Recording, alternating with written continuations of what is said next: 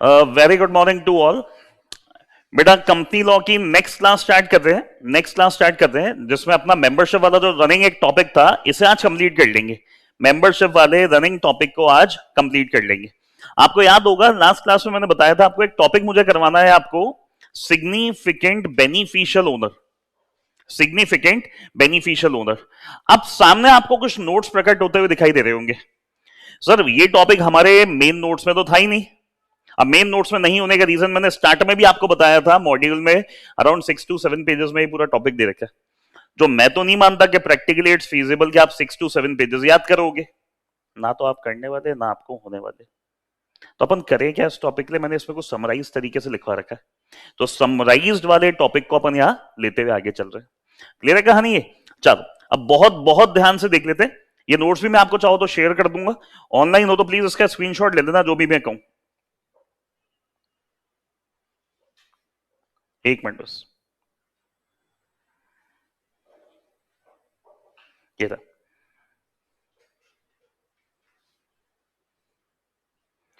Topic का नाम, significant beneficial owner. बहुत ध्यान से पहले टॉपिक समझा देता हूं क्या है, ध्यान से समझे।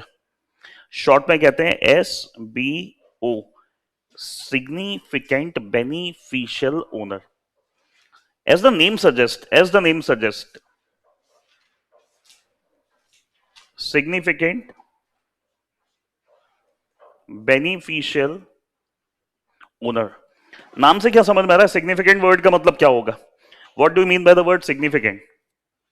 भैया जिसके होने नहीं होने से फर्क पड़े, जिसके होने या नहीं होने से फर्क पड़े।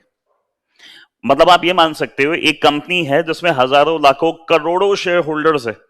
अब हमारे लिए परेशानी की बात क्या है, हम अपने मेन सिग्निफिकेंट ओनर्स को नहीं पहचान पा रहे। आपको याद है मैंने एक चीज समझाई थी, आज के टाइम में सभी शेयर होल्डर्स को एक नाम दिया जाता है, क्या? Beneficial owner. अब दुविधा की बात क्या है, मेरे पास अगर 1 शेयर है तो भी मैं बेनिफिशियल ओनर हूं, अगर मेरे पास 100 शेयर है तो भी मैं बेनिफिशियल ओनर हूं, इवन अगर मेरे पास 2 करोड़ शेयर्स हैं तो भी मैं बेनिफिशियल ओनर हूं। हमने क्या करा, एक नया सेक्शन इसमें इंट्रोड्यूस कर लिया कंपनीज एक्ट 2013 में। हम कह रहे हैं अपने मेन बड़े शेयर होल्डर्स को पहचानो, वो कौन है।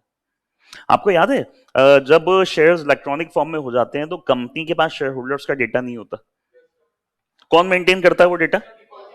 याद आ रही है बात? डिपॉजिटरी मेंटेन करती। तो हम वही आपको कहना चाह रहे हैं, डिपॉजिटरी प्लीज हमें ये भी बता दो कि हमारे सिग्निफिकेंट बेनिफिशियल ओनर कौन है, पता तो चले कि मेरी कंपनी की सब्सटेंशियल होल्डिंग कौन अपने हाथ में रख के बैठे। सर ऐसा क्यों कि हम पता लगाना चाह रहे हैं, और पहले क्यों नहीं लगाया और अब क्यों पता लगा रहे? बेटा पहले और आज में फर्क क्या है? आज के टाइम में क्या, लोग चाहते हैं कि जो कंपनी समझ में आए उसको क्या कर लो, टेक ओवर। हम नहीं चाह रहे कि कोई भी आए। मान लेते हैं मेरी एक कंपनी में विनय है, विनय के पास मान लो 10% होल्डिंग है, मान लेते हैं दिशा के पास 5% होल्डिंग है, भाई के पास, मेरे पीयूष के पास मान लो 8% होल्डिंग है। अब मुझे तो पता ही नहीं था इन लोगों के पास मेरी इतनी होल्डिंग है। मान लेते हैं लवीना जी का मन था मेरी कंपनी को टेक ओवर करना, इन्होंने क्या करा, इन लोगों से शेयर्स अपने नाम पर ट्रांसफर करवाना स्टार्ट कर दिए, ओपन मार्केट से खरीद लिए शेयर। तो ऐसे बड़े बड़े शेयर होल्डर से शेयर खरीद लिए और मेरी कंपनी में सिग्निफिकेंट कंट्रोल अपने हाथ में ले लिया। तो सबसे मेन मुद्दा क्या था सेक्शन को लाने का, टेक ओवर से बचाया जा सके, कि ऐसा नहीं कि जिसका मन चाहा वो आपकी कंपनी को टेक ओवर कर जाए। टेक ओवर को मुश्किल करने के लिए हमने ये सेक्शन इंट्रोड्यूस करा। सर आप ये कहना चाह रहे हो कि इसी से रिलेटेड प्रोविजन सेबी में भी है? हाँ सेबी में भी, सेबी में भी है।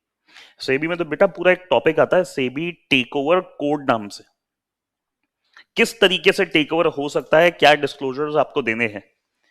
आई होप आपको टॉपिक का कंसेप्ट समझ में आ गया होगा, क्यों इस टॉपिक को इंट्रोड्यूस करा। यस और no? Yes sir. Ankita, Kajal, Kanishka, Manogya, Raunak, Siddhi? हाँ सर समझ में आ गया। अच्छा अब डाउट क्या है, अब सर सिग्निफिकेंट बेनिफिशियल ओनर, बहुत बहुत ध्यान से समझो, बहुत ध्यान से समझो। या तो कंपनी खुद पहचान ले कौन है, नहीं समझे, या तो कंपनी खुद पहचान ले कौन है। मान लो आज हम सिग्निफिकेंट बेनिफिशियल ओनर नहीं है, आगे जाके सिग्निफिकेंट बेनिफिशियल ओनर बन गए, नहीं समझे। आज हम सिग्निफिकेंट बेनिफिशियल ओनर नहीं थे, बट भविष्य में हमने और शेयर्स खरीदे और हम कौन बन गए? तो हमारे ऊपर एक ऑब्लिगेशन है कि हमें इस बात की क्या देनी होगी कि भैया मैं भी आपकी कंपनी का सिग्निफिकेंट बेनिफिशियल ओनर हूं, मुझे भी पहचानो। नहीं समझा आप मेरी बात? हम पहचान जाए समझ में आता है, हम पहचान गए समझ में आता है। मान लो आज को इंसान सिग्निफिकेंट बेनिफिशियल ओनर नहीं था, वो कल बन गया सिग्निफिकेंट बेनिफिशियल ओनर, तो हम क्या करें, बेटा जब तू कल बन जाए ना सिग्निफिकेंट बेनिफिशियल ओनर, तो इस बात की हमें क्या देनी पड़ेगी तुझे, डिक्लेरेशन के आज मैं भी आपकी कंपनी में क्या बन चुका हूं, एसबीओ। अब एक डाउट क्या है, एक सिचुएशन है मान लो मिस्टर एक्स और मिस्टर वाई, मुझे लग रहा है कि मिस्टर वाई मेरी कंपनी के सिग्निफिकेंट बेनिफिशियल ओनर है। मैं वापस कह रहा हूं, है नहीं, मुझे लग रहा है जैसे कि है। नहीं समझे? मैं नहीं कह रहा है, मुझे लग रहा है कि है, बट इन तक मैं पहुंच नहीं पा रहा, वाई तक। मेरे पास किसकी इंफॉर्मेशन है, एक्स, और एक्स किससे कनेक्टेड है, मैंने एक्स को नोटिस दे दिया कि भैया वाई की डिटेल मुझे शेयर करो। रीजन वो शायद मेरी कंपनी के कौन हो सकते हैं, सिग्निफिकेंट बेनिफिशियल ओनर। क्रक्स क्या बना, या तो आप सामने आ जाओ, हम पहचान ले, नहीं तो जिसके भी थ्रू हम पहचान सकते हैं कि आप हमारे सिग्निफिकेंट बेनिफिशियल ओनर हो, हम उसको भी नोटिस इशू कर सकते हैं। समझ में आई कहानी क्या? और केवल एक सोच है, केवल एक सोच है, पहचानो कि ये लोग कौन है, और क्यों पहचानो, क्यों पहचानो, क्यों पहचानना है, ताकि हमारी कंपनीज इतनी इजीली कोई टेक ओवर ना कर ले। सो एक डाउट आ रहा है, अगर मान लो बहुत ही नॉलेजेबल हो, ऑनलाइन गूगल मीडिया इन सब पे रहते हो, वैसे टू बी फ्रैंक कोई भी नहीं होगा ऐसा यहाँ पे। टेक ओवर दो तरीके से होते हैं, दोस्ती यारी, और दूसरे टाइप को कहा जाता है हॉस्टाइल। इंडिया में केवल फ्रेंडली टेक ओवर्स होते हैं, कौन से नहीं होते, हॉस्टाइल। सर हम तो यही नहीं समझे हॉस्टाइल का मतलब क्या, मतलब निकालो ना फ्रेंडली से हॉस्टाइल का क्या होगा।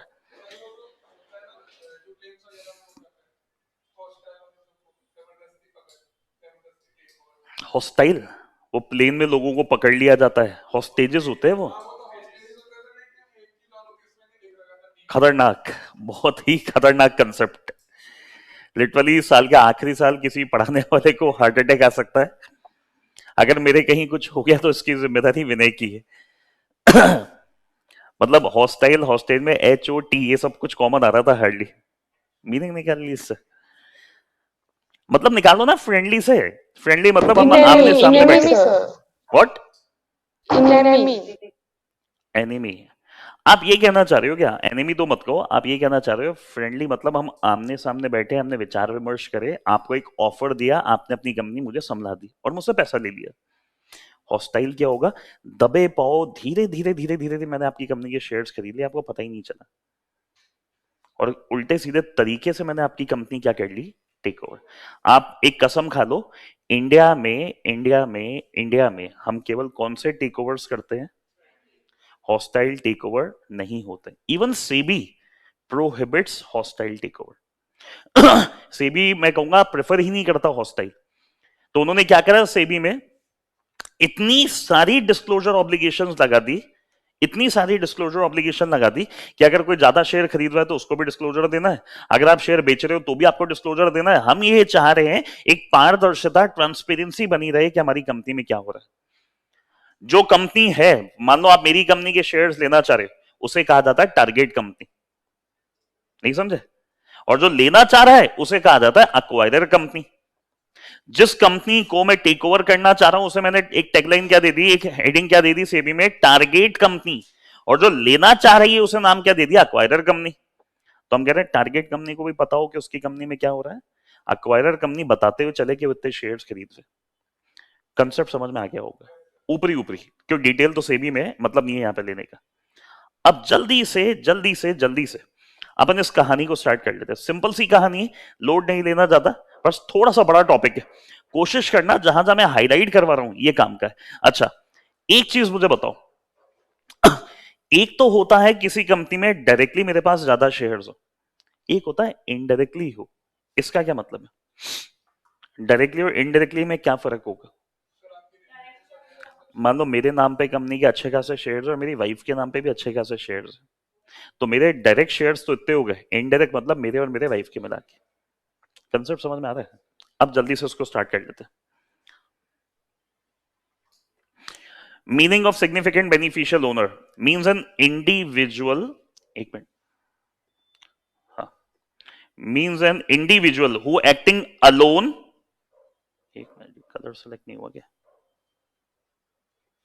हाँ, हु एक्टिंग अलोन और टुगेदर और थ्रू वन और मोर पर्सन, क्या मतलब हुआ, या तो अकेले, नहीं तो एक या एक से ज्यादा जनों के साथ, नहीं तो किसी ट्रस्ट के साथ, possess और वन और more of the following right, Hindi करते हुए चलो, दिमाग में बैठाते हुए चलो, या तो मैं अकेले, नहीं तो एक या एक से ज्यादा लोगों की मदद से, नहीं तो किसी ट्रस्ट की मदद से, किसी कंपनी में फॉलोइंग राइट्स मेरे पास आ रहे हैं। नहीं समझे, लिखते हुए चलो, देखो, या तो डायरेक्टली या इनडायरेक्टली किसी कंपनी में फॉलोइंग राइट्स है आपके पास, या तो सीधे सीधे, या तो सीधे सीधे, नहीं तो इनडायरेक्टली किसी भी कंपनी में मेरे पास कौन से राइट्स है, फॉलोइंग राइट्स है। बहुत ध्यान से देखो ये फॉलोइंग राइट्स क्या है। होल्ड्स इनडायरेक्टली और together with any direct holding at least 10% of the shares, क्या मतलब हुआ, सीधे सीधे याद करो, सिंपल, मत घुमाओ इस चीज को इतना। डायरेक्टली इनडायरेक्टली मेरे पास किसी कंपनी में 10% शेयर्स है, डायरेक्टली इनडायरेक्टली मेरे पास किसी कंपनी में 10% कम से कम शेयर्स है। याद करते हुए चलो, घर पे नहीं याद होगा, डायरेक्टली इनडायरेक्टली मेरे पास किसी कंपनी में 10% शेयर्स है, नहीं तो होल्ड इनडायरेक्टली और together with any direct holding not at least 10% of the voting rights. 2 point हुए अभी तक, या तो किसी कंपनी में डायरेक्टली इनडायरेक्टली मेरे पास 10% शेयर्स है, नहीं तो डायरेक्टली इनडायरेक्टली मेरे पास किसी कंपनी में 10% वोटिंग राइट्स है। याद करें वापस से, दो क्या बने अभी तक, डायरेक्टली इनडायरेक्टली मेरे पास किसी कंपनी में 10% या तो शेयर्स है, नहीं तो डायरेक्टली इनडायरेक्टली मेरे पास किसी कंपनी में 10% वोटिंग राइट्स है। इसके बाद देखिए जल्दी से, ये रिपीट नहीं, रिसीव है, ये receive, have a right to receive at least 10% of the distributable profit directly या indirectly, क्या मतलब हुआ, वापस से तीसरा पॉइंट इसी कड़ी में, मेरे पास सामने वाली कंपनी में डायरेक्टली या इनडायरेक्टली 10% डिविडेंड रिसीव होने का राइट, मेरे पास सामने वाली कंपनी में डायरेक्टली या इनडायरेक्टली 10% डिविडेंड रिसीव करने का राइट है। क्या 3 पॉइंट बने अभी तक, पहला डायरेक्टली इनडायरेक्टली 10% शेयर्स है, directly indirectly 10%, directly indirectly 10% dividend receive हो रहा है मुझे किसी कंपनी में। इसके बाद इसके बाद देखें, ये लाइन पढ़ो ध्यान से, डायरेक्टली इन्फ्लुएंस नहीं कर रहे बट इनडायरेक्टली कर रहे हैं, क्या मतलब हुआ, क्या मतलब हुआ,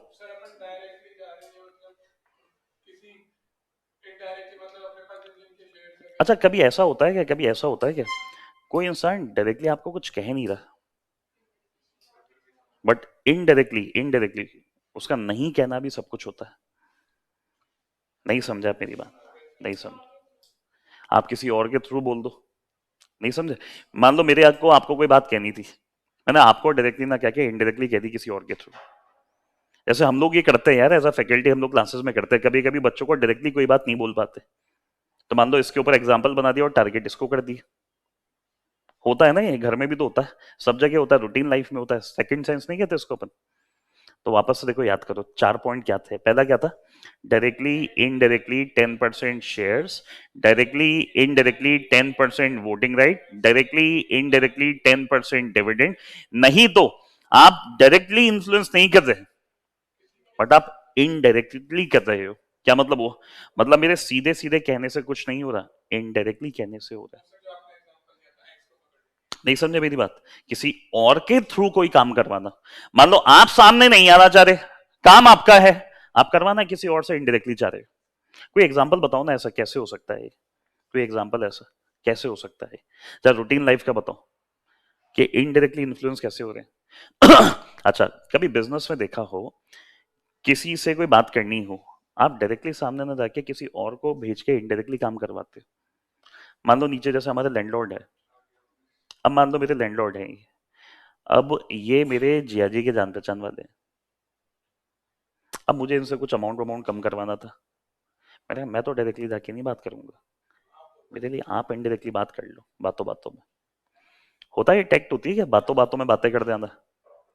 और कभी कभी क्या होता है, अगर मैं कहता शायद ये इन्फ्लुएंस नहीं होते, उन्होंने कहा तो इन्फ्लुएंस हो गए। समझ में आ रही है कहानी? कभी कभी मैं सीधे इन्फ्लुएंस नहीं छोड़ पाया डायरेक्टली, बट इनडायरेक्टली छोड़ गया। समझ में आई? अब ये रियल सेंस में अगर मैं कहूँ प्रैक्टिकली कंपनी में कैसे होता है, कभी कभी क्या होता है बेटा, जब बोर्ड मीटिंग्स जनरल मीटिंग चल रही होती है ना, कभी कभी आपके वहां होने से ही इन्फ्लुएंस हो जाती है। कभी किसी शादी पार्टी में देखा है, कोई गेस्ट आया और अचानक से सब जने पागल हो गए, हो ये आ गया ये आ गया, जैसे सेलिब्रिटीज आते, ये समझे? अब वो कुछ नहीं करते, वो आए, बट पूरी पब्लिक इन्फ्लुएंस हो रही है। कुछ वही कहानी है। अब आगे बहुत बहुत ध्यान से पढ़ो। Significant influence means power to participate directly और इनडायरेक्टली इन द फाइनेंशियल और operating policy decision of the reporting company. Reporting company मतलब जिस कंपनी में हमारे पास इतने शेयर्स इतने राइट है। बहुत ध्यान से, रिपोर्टिंग कंपनी मतलब जिस कंपनी में हमारे पास इतने शेयर्स या इतने राइट्स हैं। हम वापस से पढ़ें इसको। Significant influence means power to participate directly और indirectly in the financial and operating policy decisions of the reporting company, but is not control or joint control of both policy. मतलब लैंग्वेज हल्की सी अगर आपको यही टफ लग रही हो ना, तो सोचो मॉड्यूल पढ़ के तो आप पागल हो जाओगे। क्या कंसेप्ट बना है यहां देखें। कभी कभी क्या होता है, कभी कभी क्या होता है, जब हम मीटिंग में बैठे हैं, ये देखो एक सीन, मान लो एक मीटिंग चल रही है, ये बैठा चेयरमैन, ये बैठा कंपनी सेक्रेटरी। अब कभी कभी क्या होता है, मीटिंग में जब डिसीजन मेकिंग होती है, डिसीजन मेकिंग होती है, मैं क्या कह रहा हूं, मैं डायरेक्टली इनडायरेक्टली सामने वाले के डिसीजन को इन्फ्लुएंस कर रहा हूं। वापस से सुनो मेरी बात, मैं डिसीजंस को इन्फ्लुएंस कर रहा हूं, बट कंट्रोल नहीं कर रहा, बट डिसीजंस को कंट्रोल नहीं कर रहा। क्या मतलब हुआ? मैं कह रहा हूं यार, मेरे हिसाब से तो देखो ये होना चाहिए, मेरे हिसाब से तो ये होना चाहिए और मैं तो यही करूंगा। अब तुम्हें क्या करना है तुम देख लो। कभी ऐसा होता है किसी एक को देख के आप लोग भी वही काम कर लेते हो, किसी को फॉलो करते हो, मान लो किसी को फॉलो करते हो, वो ये करता है तो हमने भी ये कर लिया। होता है इस एज के अंदर ये सारी चीज। हम क्या कहते हैं, जब मीटिंग में हम प्रकट थे, जब मीटिंग में हम साक्षात प्रकट थे, हमने कोई डिसीजन लिया, मैंने कहा देखो मेरे हिसाब से तो ये होना चाहिए, बाकी तुम लोगों की सोचा। अगर एक इंसान इतनी दबंगई से अपना पॉइंट ऑफ व्यू सामने रख देता है ना, इससे फर्क क्या पड़ता है, कभी कभी मीटिंग में बैठे हुए लोगों का डिसीजन भी इन्फ्लुएंस हो जाता है। मैं ये नहीं कह रहा कि मैं उस डिसीजन को कंट्रोल कर रहा हूं, मैं हार्डली उसे क्या कर रहा हूं, इन्फ्लुएंस कर रहा हूं। समझ में आई ये बात? समझ में आई ये बात? यहां तक क्लियर है ये चीज? Yes, sir. वापस से, मैं डिसीजंस को कंट्रोल नहीं कर रहा, मैं हार्डली उन्हें इन्फ्लुएंस करता हूं। एक मिनट रुकना।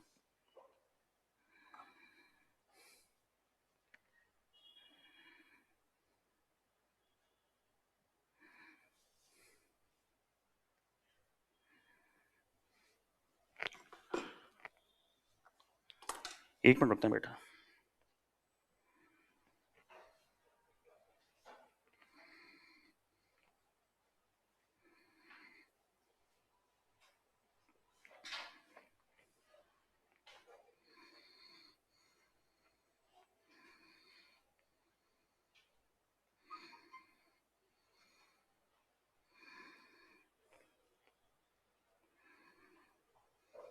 हाँ, मतलब मैं डिसीजंस को इन्फ्लुएंस नहीं कर रहा, ओ सॉरी, मैं डिसीजंस को इन्फ्लुएंस कर रहा हूं, कंट्रोल नहीं कर रहा। आगे देखिए हम ध्यान से। Every reporting company shall take necessary steps to identify their significant beneficial owner and require them to make a declaration in form BEN1, in form BEN1। BEN मतलब बेनिफिशियल ओनर 1। हम क्या कह रहे हैं, हर कंपनी को नेसेसरी स्टेप्स लेने चाहिए किस चीज के लिए, to identify their significant beneficial owner, कि मेरी कंपनी के सिग्निफिकेंट बेनिफिशियल ओनर कौन कौन है, और उनसे फिर क्या लेनी चाहिए, एक डिक्लेरेशन लेनी चाहिए, कौन से फॉर्म में, BEN 1 में। आगे ध्यान से देखो, every individual who subsequently becomes a significant beneficial owner, मतलब पहले तो नहीं था, पहले नहीं था, बाद में बन गया। समझ में आ रही है कहानी, पहले वो बेनिफिशियल ओनर नहीं था, वो बाद में बन गया। Every individual who subsequently becomes a significant beneficial owner shall file a declaration within 30 days of acquiring significant beneficial ownership. I am not a significant beneficial owner initially, but मैं आगे जाके बन गया, तो जब बन जाऊं उसके कितने दिनों में डिक्लेरेशन देनी है, 30 दिनों में। उसके कितने दिनों में डिक्लेरेशन देनी है, 30 दिनों में। पहला क्या था, पहचानो कौन है, पहचान के डिक्लेरेशन दो। पहले नहीं थे, आगे जाके बन गए, पहले नहीं थे आगे जाके बन गए, तो जिस दिन बन गए उसके 30 दिन में उनसे क्या ले लो, डिक्लेरेशन। ऐसे कैसे हो गए, नहीं दे, जब मैं बोल रहा हूं तुम्हारे पास इतने शेयर्स हैं, इतना राइट है तुम्हारा, तुम्हें देनी पड़ेगी, नहीं देना तो रवाना हो मेरी कंपनी से, मत कंटिन्यू करो मेरी कंपनी में, शेयर्स आप मुझे सबमिट करो और टाटा बाय बाय आपका। ऐसा नहीं होता। आगे देखो ध्यान से, example, an individual holding 8% shares on 1 June 2020 and his share holding increases to 10% on 31 July 2020। मतलब पहले मेरी शेयर होल्डिंग कितनी थी, 8% ही थी, क्या मुझे कोई डिक्लेरेशन देना था, नहीं देना था। लेकिन फिर मेरी बढ़ के शेयर होल्डिंग कितनी हो गई, किस दिन हुई, अब क्या करना है, अब डिक्लेरेशन देना है, कितने दिनों में, 30 दिनों में। बेटा प्लीज जल्दी से मुझे बता दो एक बार, यहां तक की कहानी समझ में आ रही है, नहीं आ रही है, कोई डाउट है क्या मन में, No, sir. क्लियर है कहानी ये, Yes, sir. चलूं आगे, Yes, sir. चलो बहुत बहुत ध्यान Yes, से। sir. Every company shall maintain a register of significant beneficial owner in form BEN3 and which is kept open for inspection by any member on payment of the prescribed fee. हम क्या maintain कर रहे हैं, एक register maintain कर रहे हैं। Highlight देखो क्या क्या करना है। इस वाले में क्या था, एक मिनट, इस वाले में क्या था, कंपनी क्या कर रही है, आइडेंटिफाई कर रही है, और आइडेंटिफाई करके उनसे क्या ले रही है, डिक्लेरेशन। अगला पॉइंट क्या है, जो पहले नहीं थे but subsequently becomes a significant beneficial owner, तो जिस दिन बन गए उसके बाद हमें 30 दिन में उनसे क्या लेनी है, डिक्लेरेशन। तीसरा पॉइंट फिर ये क्या कह रहा है, भैया कंपनी क्या मेंटेन करेगी, एक मेंटेन करेगी रजिस्टर, किसका, सिग्निफिकेंट बेनिफिशियल ओनर का, और कौन से फॉर्म में, और वो रजिस्टर इंस्पेक्शन करने के लिए ओपन है। भैया कोई भी मेरी कंपनी का शेयर होल्डर चाहे वो आए और आके इसे चेक कर सकता है, कोई दिक्कत नहीं, आप देख लो कौन थे बेनिफिशियल ओनर। समझ में आ गई ये बात। आगे देखिए, every company shall file a return, अगला पॉइंट क्या है, shall file a return in form, कितने दिनों में, डिक्लेरेशन मिलने के 30 दिनों में। हम पहचाने, सबसीक्वेंटली बन गए, रजिस्टर मेंटेन करा, और उस रजिस्टर के हिसाब से क्या बना के फाइल कर दी, एक रिटर्न। रजिस्टर तो हम मेंटेन करते हैं, रिटर्न आरओसी में फाइल होगी।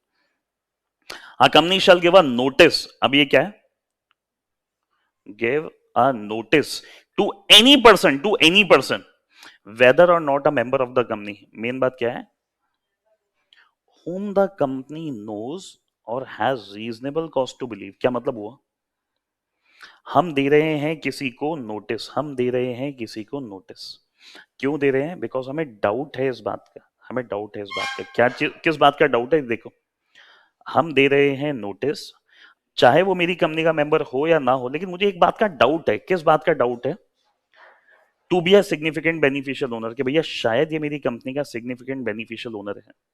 मैंने सामने वाले को एक नोटिस सर्व कर लिया कि भैया मुझे डाउट है मेरी कंपनी के सिग्निफिकेंट बेनिफिशियल ओनर हो, आप बताओ आपके पास कितने शेयर्स हैं। सेकंड क्या है, to having a knowledge of the identity, मुझे लग रहा है शायद आपके पास मेरे सिग्निफिकेंट बेनिफिशियल ओनर की आइडेंटिटी है, आप जानते हो वो कहां रहता है, of a significant beneficial owner or another person having such knowledge. मुझे डाउट है या तो आप ही सिग्निफिकेंट बेनिफिशियल ओनर हो, नहीं तो मुझे इस बात का डाउट है कि आपके पास मेरे सिग्निफिकेंट बेनिफिशियल ओनर की डिटेल्स है। तीसरा ध्यान से देखो, to have been a significant beneficial owner at any time, आप कौन रह चुके हो significant beneficial owner at any time, कब? During preceding 3 years from the date on which notice is issued. क्या मतलब हुआ? आज मैं नोटिस इशू कर रहा हूं 31 दिसंबर को, आज मैं नोटिस इशू कर रहा हूं 31 दिसंबर को, इससे पिछले 3 सालों में अगर आप सिग्निफिकेंट बेनिफिशियल ओनर रहे हो ना मेरी कंपनी के, मैं इस बात के लिए भी नोटिस दे रहा हूं। नहीं समझे? आज कौन हो वो तो पहचानना ही था। इवन जिस दिन मैं नोटिस दे रहा हूं उससे बीते 3 सालों में भी अगर आप रह चुके हो ना, उस बात का भी नोटिस है, क्योंकि आपका रिकॉर्ड हमने मेंटेन नहीं करा। सर ऐसा क्यों पिछले 3 सालों का? बेटा पहले ये कंसेप्ट होता ही नहीं था ना, तो जब ये कंसेप्ट इंट्रोड्यूस हुआ इसलिए हम पिछले 3 सालों का भी एक बार देखना चाह रहे हैं कौन कौन था। वो देखने से हमें फायदा क्या मिलेगा? मान लेता हूं पहले कौन था? विनय, फिर विनय ने अपने शेयर पीयूष को ट्रांसफर कर दिए। विनय फोन रख, एक बार फोन रख दे, उल्टा घुमा फोन। हाँ ये ऊपर वाले पॉइंट से लिखे हैं, वापस से देख लो समरी फॉर्म में।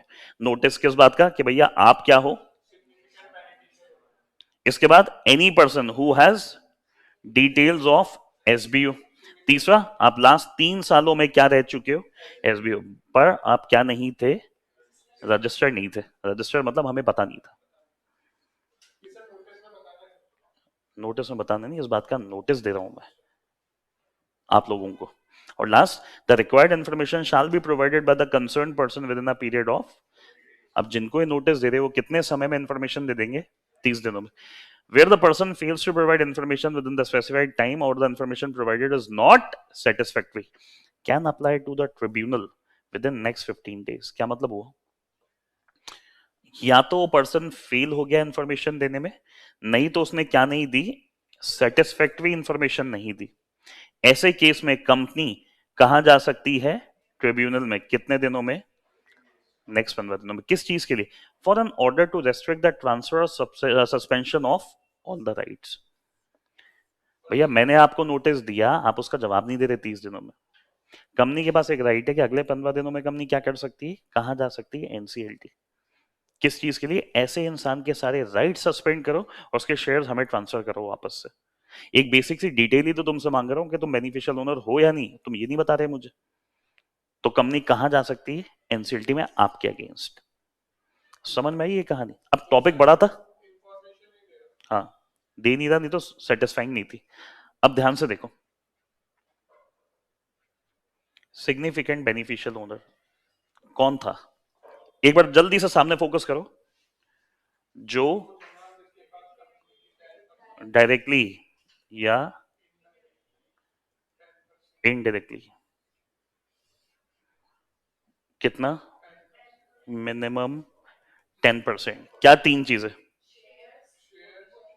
या तो मेरे पास 10% शेयर्स है, वोटिंग राइट्स है, और नहीं तो रिसीव डिविडेंड। एक चौथा पॉइंट और था, ध्यान से देखो, इनडायरेक्टली इन्फ्लुएंस कर रहा है। अब अगर ये चीज आप ध्यान से देख लोगे ना, आपको वापस से कभी पढ़ना नहीं पड़ेगा टॉपिक, आपको टॉपिक देखना ही नहीं पड़ेगा। अब जल्दी से देखें, सिग्निफिकेंट इन्फ्लुएंस का मतलब क्या होता है? कंपनी के डिसीजंस को अफेक्ट करना, बट कंट्रोल नहीं कर रहा। क्या मतलब हुआ इसका? मैं डिसीजंस को इन्फ्लुएंस कर सकता हूं बट कंट्रोल नहीं कर सकता। हाँ मेरे कहने से फर्क पड़ सकता है, बट ये नहीं कह सकता कि मेरे कहने से वही काम होगा जो मैं कह रहा हूं।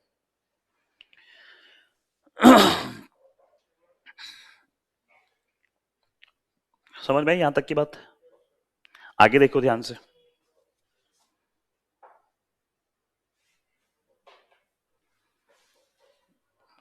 कैसा लगता है स्क्रीन के अंदर चले गए, अभी स्क्रीन में से बाहर आ गए। हो गया?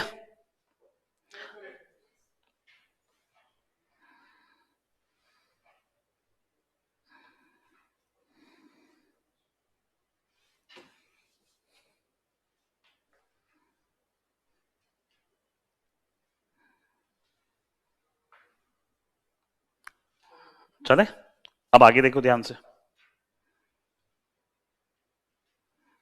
अब जो रिपोर्टिंग कंपनी है, रिपोर्टिंग कंपनी मतलब, अच्छा इसे क्या करना है? आइडेंटिफाई करो। किसको? सिग्निफिकेंट बेनिफिशियल ओनर्स को। नहीं तो, और आइडेंटिफाई करके उनसे क्या दो? डिक्लेरेशन लेनी है कि वो एसबीओ है। नहीं तो वो इंसान जो सब्सीक्वेंटली एसबीओ बन गए,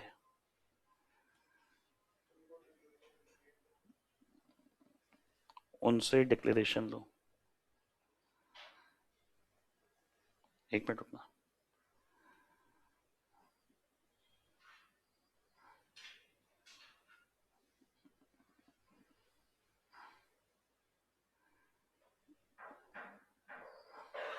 ठीक है।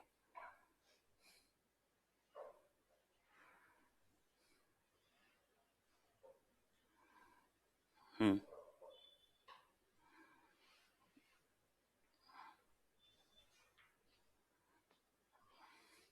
ये चीज समझ में आ गई? अब दो तीन बातें सिंपल सिंपल, ये देखो ध्यान से। रिपोर्टिंग कंपनी को क्या मेंटेन करना है? एक रजिस्टर ऑफ एसबीओ। और एक बार मैं फिर बोल रहा हूं, कॉपी ऐसे करोगे तो मैं पता नहीं चलेगा मैं कहां से कौन सा एरो निकाल दूंगा। पेशेंस से देख लो ना एक बार पहले, ना से 5 मिनट दे दूंगा कॉपी करने के लिए। खिचड़ी बन रही है और कुछ नहीं। क्या फाइल करनी है? Return of SBO. और ये जो रजिस्टर है ना, ये ओपन है फॉर इंस्पेक्शन। आओ आके चेक कर लो। ये चीज समझ में आ गई होगी। एक लास्ट कंसेप्ट वापस से मैं फिर दिखा दूंगा सारी चीजें, कोई इशू नहीं है। क्या देना है? नोटिस। किसको? एक मिनट, कब देना है? जब मेरे पास रीजनेबल कॉज टू बिलीव है। किस चीज का? आप एसबीओ हो, मुझे इस बात का डाउट था। नहीं तो आपके पास एसबीओ की डिटेल्स है। नहीं तो नोटिस से प्रीसीडिंग 3 साल पहले आप एसबीओ रह चुके हो। इस तरीके से भी याद कर लिया ना, बड़ी इजीली लिख दोगे एग्जाम में, कोई दिक्कत नहीं है। अब डाउट, लास्ट पॉइंट, नोटिस का या तो नो रिप्लाई या नॉट सेटिस्फैक्ट्री रिप्लाई। इस केस में कंपनी क्या कर सकती है? Company can appeal to NCLT. किस चीज की अपील लगा रहे हैं?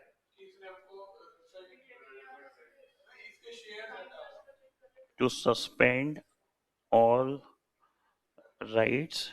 नहीं तो उसके शेयर कंपनी को ट्रांसफर करवाओ, करो। ये पेनल्टी हो गई एक तरीके से। अब लास्ट 2 मिनट का टाइम, और जल्दी से एक बार वापस से पूरा टॉपिक याद कर लो ताकि साल खत्म, चैप्टर खत्म और टॉपिक हाथों हाथ याद हो गया, कुछ नहीं करना अब आपको कहीं से भी। ये देखो एसबीओ, एसबीओ क्या होता है? जो directly indirectly minimum 10% shares voting right नहीं तो डिविडेंड रिसीव करता है। इसके बाद नहीं तो एक चौथा पॉइंट क्या था?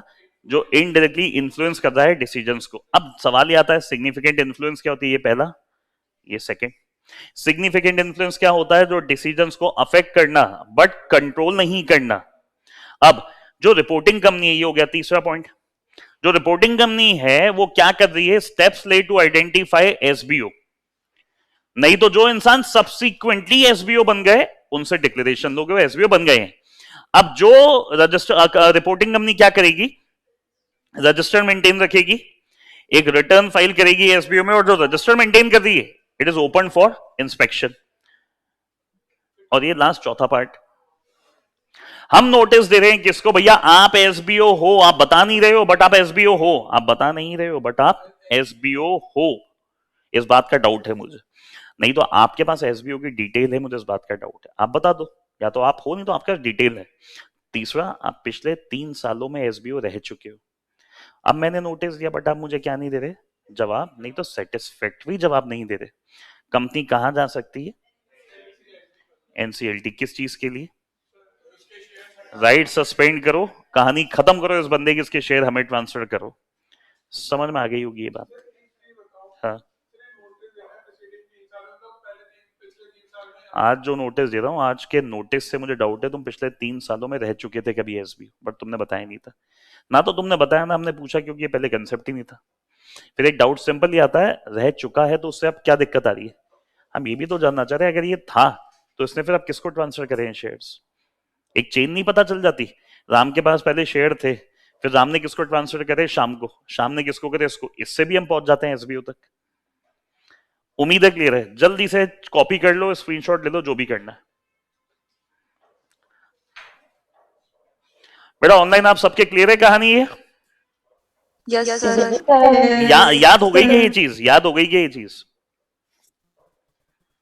Yes sir. मैं नहीं मानता कि उसको अब अलग से याद करने की रिक्वायरमेंट है। मैं तो नहीं मान रहा रिक्वायरमेंट है।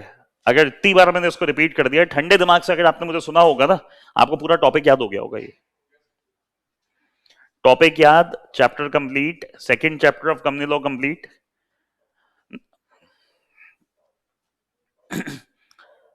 जल्दी से कॉपी कर लो।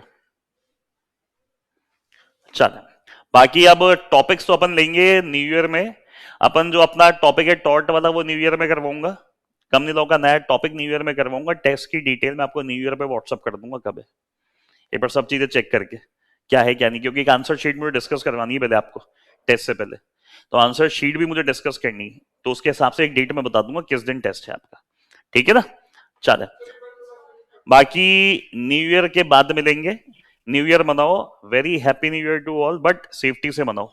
और जो बाहर है और बाहर से अगर यहां आ रहे हैं तो प्लीज सेफ्टी पूरी रखना।